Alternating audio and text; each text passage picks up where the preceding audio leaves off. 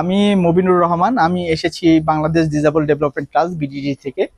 তো আমরা বাংলাদেশে 103টা প্রতিবন্ধী সেবা ও সাহায্য কেন্দ্রে থেকে আমরা 32টা প্রতিবন্ধী সাহায্য কেন্দ্রে তথ্য সংগ্রহ এবং জরিপ কাজ করতেছি এবং সরজমিন পরিদর্শন করতেছি। সেই হিসাবে আমরা বাংলাদেশের চিটং ডিভিশনে বিশেষ করে আজকে ফেনী জেলাতে এসেছি এবং এখানে আমরা প্রতিবন্ধী সেবা ও সাহায্য কেন্দ্রে এসেছিলাম। সেখানে যিনি প্রতিবন্ধী বিষয় কর্মকর্তা আছে ওনার সাথে কথা হলো এবং অনেক কিছু আমরা জানতে পারলাম।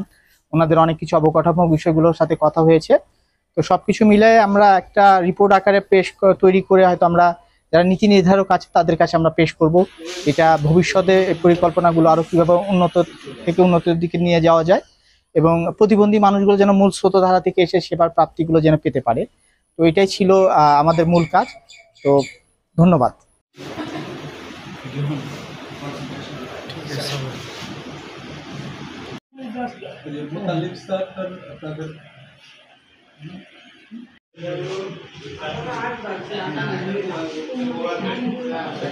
মাসের মধ্যে তো আপনি মানে এখন 1.5 মাস আগে যে অবস্থা ছিল 1.5 মাস পরে ছিল 1.5 মাসের মধ্যে মানে এরকমই ছিল। এখন ওনারা কাজা করতেছে। আচ্ছা, কিছুটা তো কি ইমপ্রুভমেন্ট পাইছে মোড থেকে? কিছুটা বলতে আমি পুরো দিতে পারি না, আমি সব সময় আসতে পারি না। যে কোথায় আসছেন? সপ্তাহে 2 দিতে পারি মানে সদর হাসপাতাল মোড় থেকে দুই সরকারি পলিটেকনিকের আগে আমি একটু রেগুলার করতে পারি।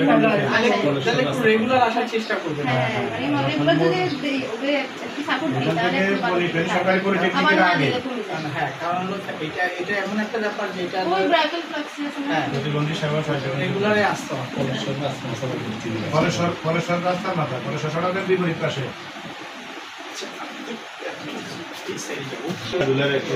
স্বল্প পরিসরে